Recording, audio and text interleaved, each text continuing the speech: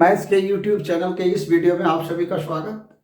Last video में हम लोग यूक्लिड की ज्यामिति का परिचय में यूक्लिड के परिभाषाएं और अभिगृहित और अभिधारणाएं को देखे थे। आशा करते हैं कि आप लोग लास्ट वीडियो देखे होंगे और लास्ट वीडियो देखे होंगे तो एक्सरसाइज 5.1 हल करने में काफ़ी आसानी होगी, और ना भी देखे होंगे तो इसमें व्याख्या के साथ 5.1 हम प्रश्नों को हल करेंगे। अब देखते हैं कि पहला प्रश्न क्या है। पहला प्रश्न है, निम्नलिखित कथनों में से कौन कौन से कथन सत्य हैं और कौन कौन से असत्य हैं। अपने उत्तरों के लिए कारण दीजिए। जो भी है स्टेटमेंट यहाँ दिया हुआ, इसमें देखना है कि सत्य है कि असत्य है, और ये सारे प्रश्न आपके ऑब्जेक्टिव प्रश्नों में शामिल हो सकते हैं, इसलिए ध्यान से देखेंगे। पहला प्रश्न है, पहला का पहला भाग, एक बिंदु से होकर केवल एक ही रेखा खींची जा सकती है। ठीक है, तो एक बिंदु से अनेकों रेखा खींची जा सकती है, इसलिए इस स्टेटमेंट को क्या कहेंगे, ये असत्य है, क्योंकि एक बिंदु से होकर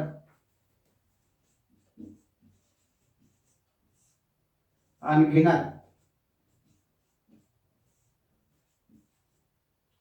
रेखाएं खींची जा सकती है,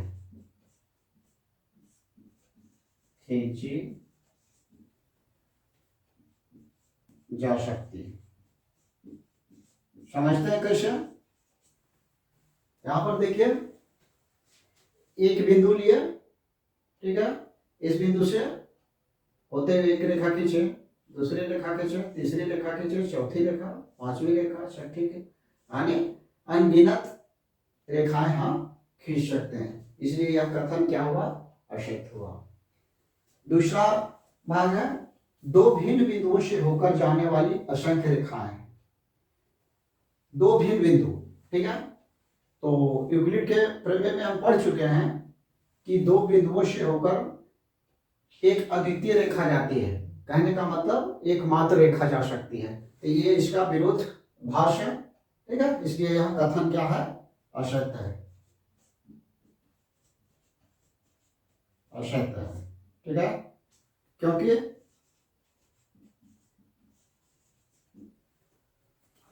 दो भिन्न बिंदुओं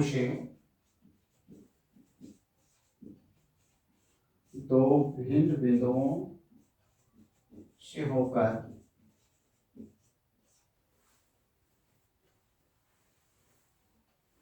एकमात्र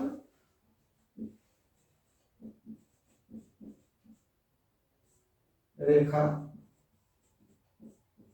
खींची जा सकती है। ये यूक्लिड के प्रमेय में है। ठीक है, ये यूक्लिड के प्रमेय में है कि दो भिन्न बिंदुओं से होकर एक अद्वितीय रेखा खींची जा सकती है। ठीक है, कहने का मतलब एकमात्र, ओनली वन। पिछला वीडियो में भी बता चुके हैं, दो बिंदु लीजिए, दो बिंदु लिए, ये समझाने के ख्याल से है, ये रफ में है। दो भिन्न बिंदु लिए, एक रेखा ड्रॉ किए, फिर करेंगे तो फिर उसी रेखा पर संपाती होते जाएगा, यानी एक ही रेखा है जो उससे गुजरेगी दोनों बिंदुओं से होकर के। ठीक है, और एक बात समझ लें कि यूक्लिड ने अभिगृहित और अभिधारणाएं को अलग अलग परिभाषित किया है। अभिधारणाएं को केवल ज्यामितीय से संबंधित रखा है, ज्यामितीय कथनों से, और अभिगृहित को ज्यामिति के अलावे अन्य से संबंध रखा है। लेकिन हम लोग केवल अब अभिगृहित का प्रयोग करेंगे कि अब मैथमेटिक्स में अभिधारणाएं और अभिगृहित दोनों को अभिगृहित ही बोला जाता है ना। तो जहाँ जहाँ अभिधारणाएं का प्रयोग हुआ है, हम अभिगृहित का ही प्रयोग करेंगे, इसमें कंफ्यूजन की कोई बात नहीं। ठीक है, एक शांत रेखा दोनों ओर अनिश्चित रूप से बढ़ाई जा सकती है। ठीक है, यदि लास्ट वीडियो देखे होंगे तो उसमें स्पष्ट ये कथन है यूक्लिड का, ठीक है। इसको लिखेंगे सत्य, क्योंकि एक शांत रेखा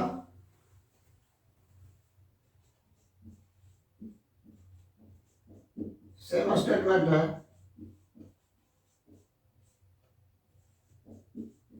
दोनों ओर से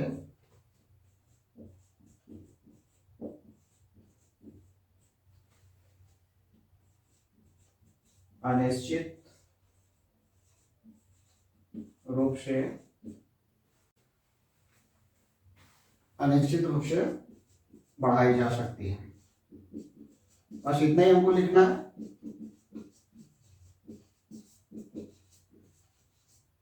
और व्याख्या समझेंगे तो देखिए, यहां शांत रेखा है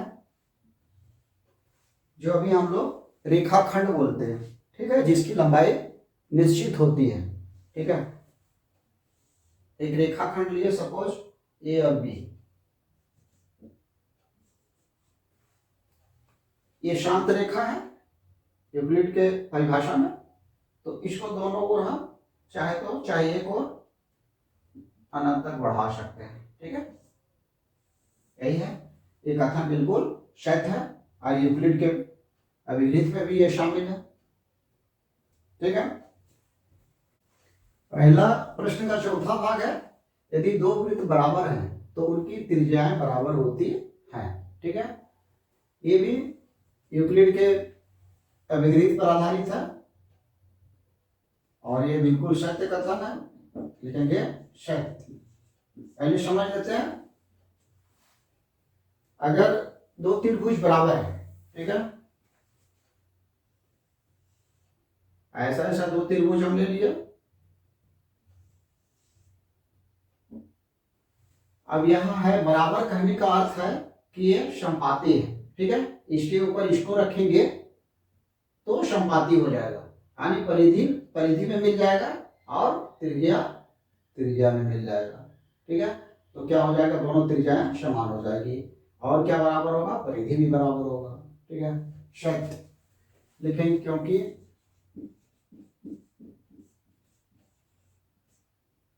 बराबर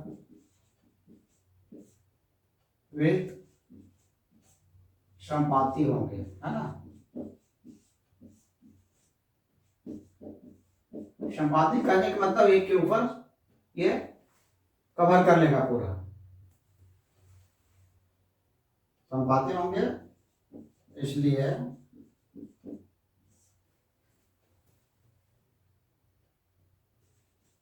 वृत्त के भाग त्रिज्या तथा परिधि बराबर होंगे, ठीक है। अगर प्रश्न में परिधि भी बराबर करने की बात होगी तो परिधि भी इसका क्या होगा, बराबर होगा, ठीक है। पहला का पांचवा भाग में है, एक आयताकृति दिया हुआ है 5.9, जिसमें 3 रेखाखंड दिया हुआ है, ए बी पी क्यू और एक्स वाई, ठीक है।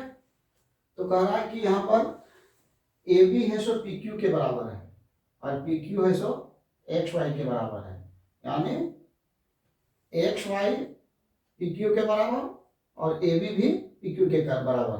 तो ए बी और एक्स वाई क्या है, बराबर होगा, ठीक है। तो ये बिल्कुल कथन सत्य है और ये आपका यूक्लिड के अभिगृहित में भी है, ठीक है। यूक्लिड के अभिगृहित में क्या लिखा हुआ है, वे वस्तुएं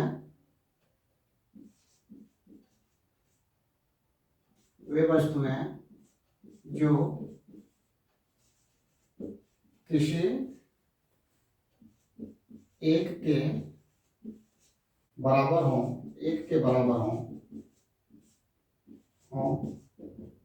तो वे आपस में बराबर होते हैं, आपस में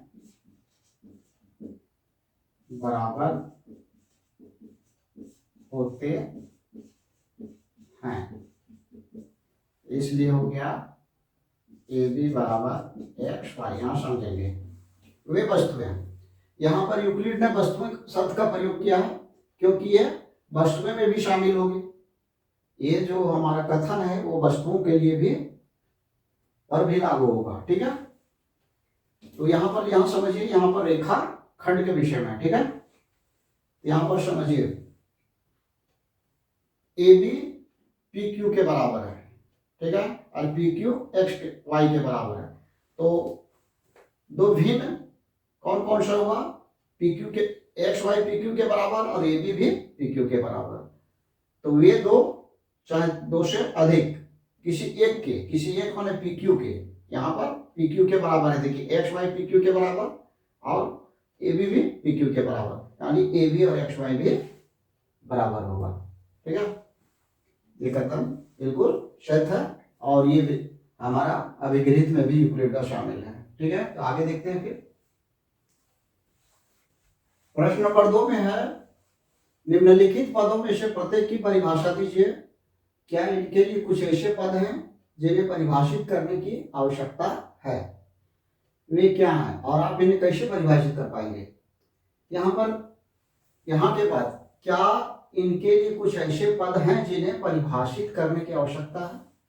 कहने का अर्थ है कि इसको परिभाषित करने के लिए क्या अन्य पद की आपको जरूरत है जिसको आप नहीं जान रहे हैं?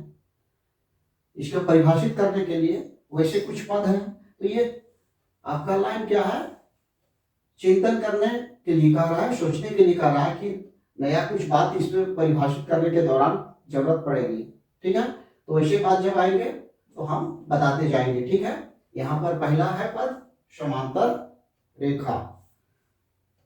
हम लोग यूक्लिड वेग का अभिगृहित में पढ़े कि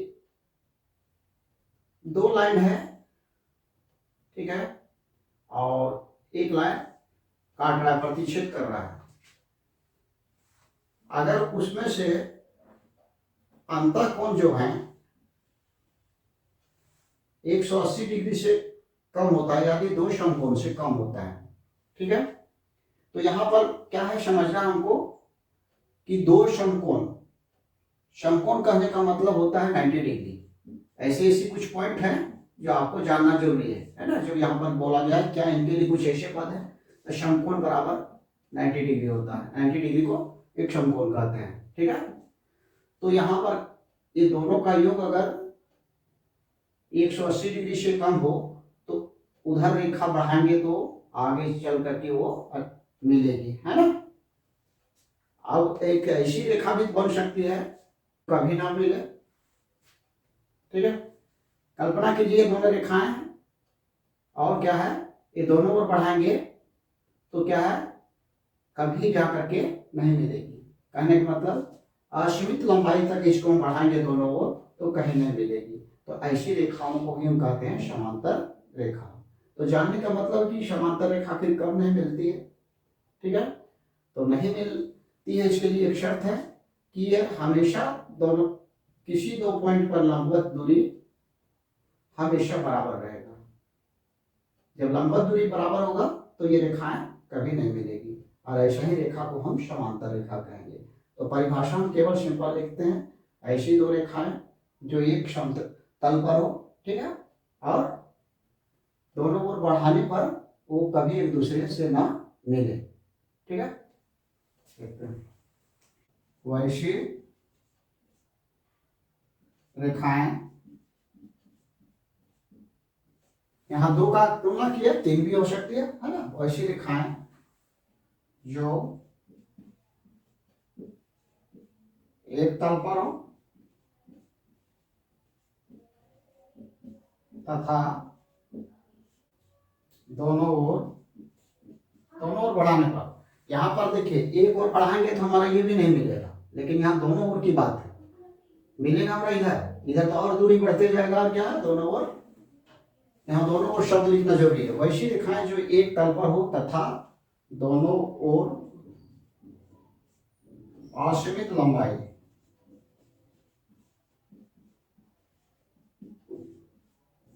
तक बढ़ाई जाने पर न मिले, है ना, उसे समांतर रेखाएं कहते हैं।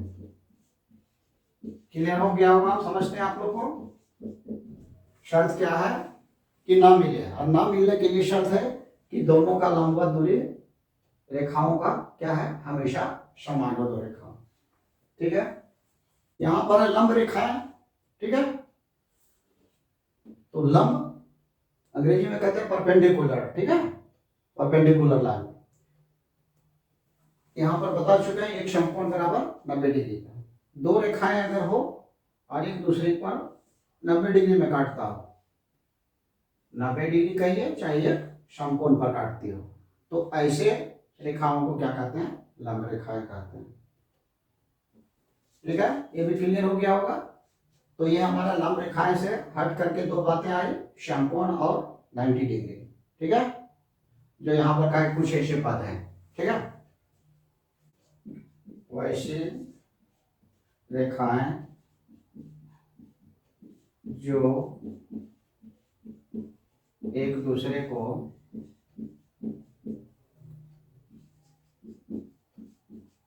समकोण पर यानी 90 डिग्री काटती हो, उसे लंब रेखाएं कहते हैं।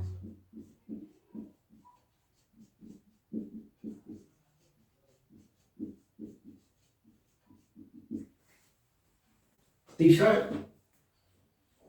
शब्द है रेखा खंड। रेखा खंड से हम लोग पूर्व भी परिचित है।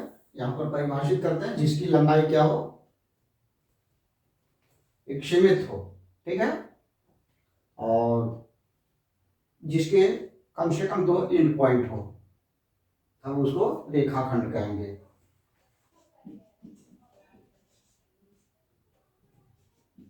वैसी रेखा जिसका लंबाई सीमित हो, सीमित हो अर्थात जिसके अंत बिंदु हो, अंत बिंदु हो, उसे रेखाखंड कहते हैं।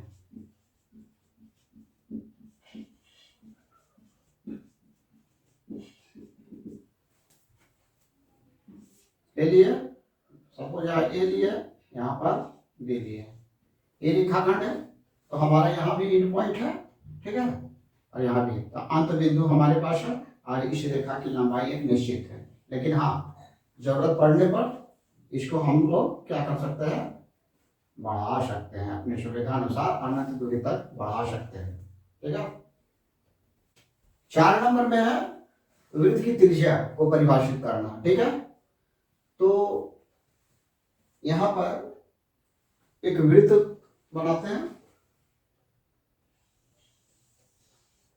वृत्त बनाने के लिए क्या करते हैं, प्रकार में एक पॉइंट लेते हैं, उसके बाद हम गोल करते हैं, ठीक है। तो ये वृत्त का बिंदु हो गया, ठीक है, और इस पार्ट को परिधि कहते हैं। अब यहां पर देखिए, क्या इनके लिए कुछ ऐसे पद हैं जिन्हें परिभाषित करने की आवश्यकता है।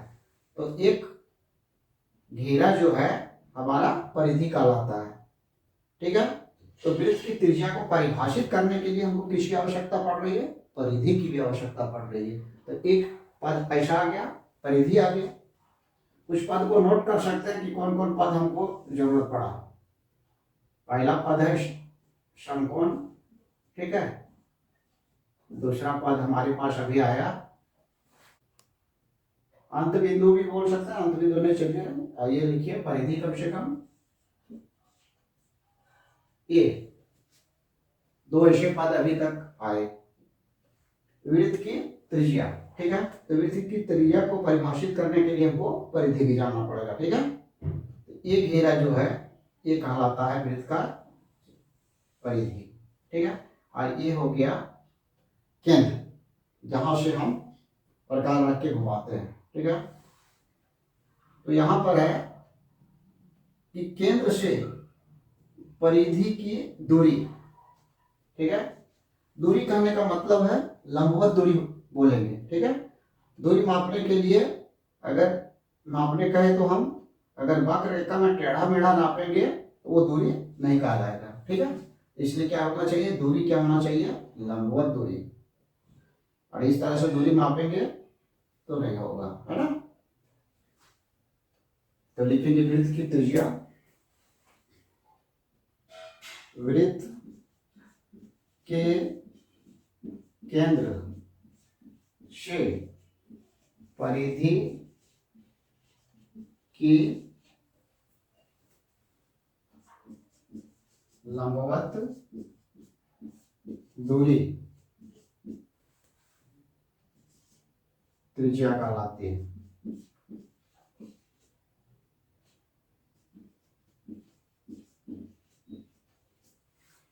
इसे हम अक्सर आर द्वारा डिनोट करते हैं, क्योंकि अंग्रेजी में त्रिज्या को रेडियस बोलते हैं। ठीक है, रेडियस, इसलिए आर से डिनोट किया जाता है। ठीक है, दूसरा प्रश्न का अंतिम भाग है वर्ग, जिसको हमें परिभाषित करना है। इसके पूर्व हम बताना चाहेंगे कि वर्ग पहला पद हमारे पास आया था, इसको ये सारे पदों को परिभाषित करने के लिए जरूरत थी। इसमें पहला बताए थे एक समकोण का। ठीक है, समकोण जैसा शब्द का प्रयोग हुआ तो हम समकोण के विषय में जानेंगे तभी परिभाषित कर सकेंगे। और दूसरा बात आया था परिधि, वृत्त के परिधि के विषय में। ठीक है, तब हम त्रिज्या को परिभाषित कर सकते हैं। और तीसरी बात यहाँ पर आया है वर्ग। ठीक है, वर्ग एक तरह का चतुर्भुज है, तो हमें क्या है, चतुर्भुज को जानना पड़ेगा सर्वप्रथम। उसके बाद हम तो जानेंगे कि वर्ग किस प्रकार का चतुर्भुज है। ठीक है, और हमारे इस चैनल पर जो नए जुड़े हों, जो नए देख रहे हो वीडियो, उनसे रिक्वेस्ट है कि अगर हमारे मैथ्स बताने के तरीके आपको समझ में आ रहे हैं तो सब्सक्राइब कर लें।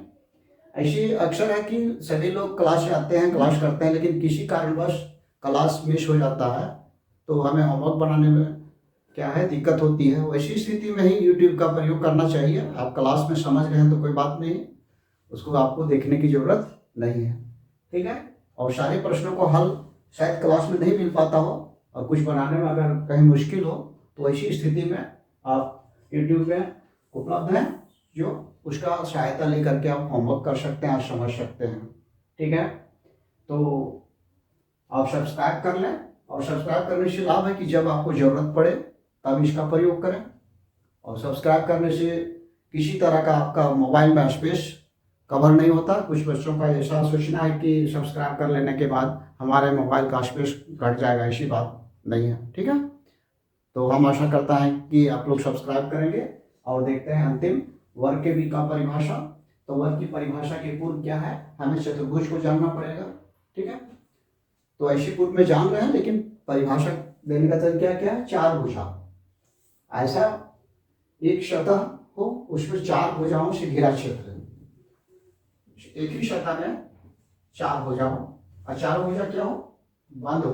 ठीक है, चार भुजा हो लेकिन बंद भी होना चाहिए, बंद आकृति, तब कहेंगे चतुर्भुज। ठीक है, तो इसके लिए क्या है, आप यहाँ तीन लिख सकते हैं। इनके लिए कुछ ऐसे पद हैं जिन्हें परिभाषित करने की आवश्यकता है, तो एक पद में लिख सकते हैं समकोण, परिधि, चतुर्भुज यहाँ के उत्तर में। ठीक है, उसके बाद तो सबका सेपरेट रूप से हम परिभाषा लिख ही दे रहे हैं। तो वर्ग लिखेंगे क्या, वैसा चतुर्भुज, कहने का चतुर्भुज का एक टाइप है ये, वैसा चतुर्भुज जिसके सभी भुजाएं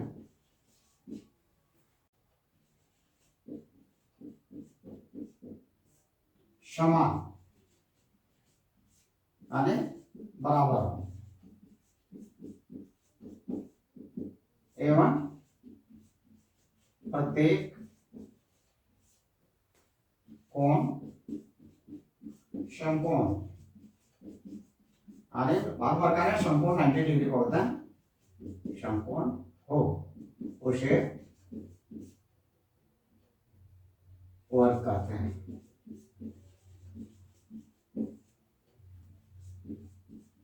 ठीक है, क्लियर है? फिगर्स के द्वारा भी देख सकते हैं, इस तरह से लेंगे।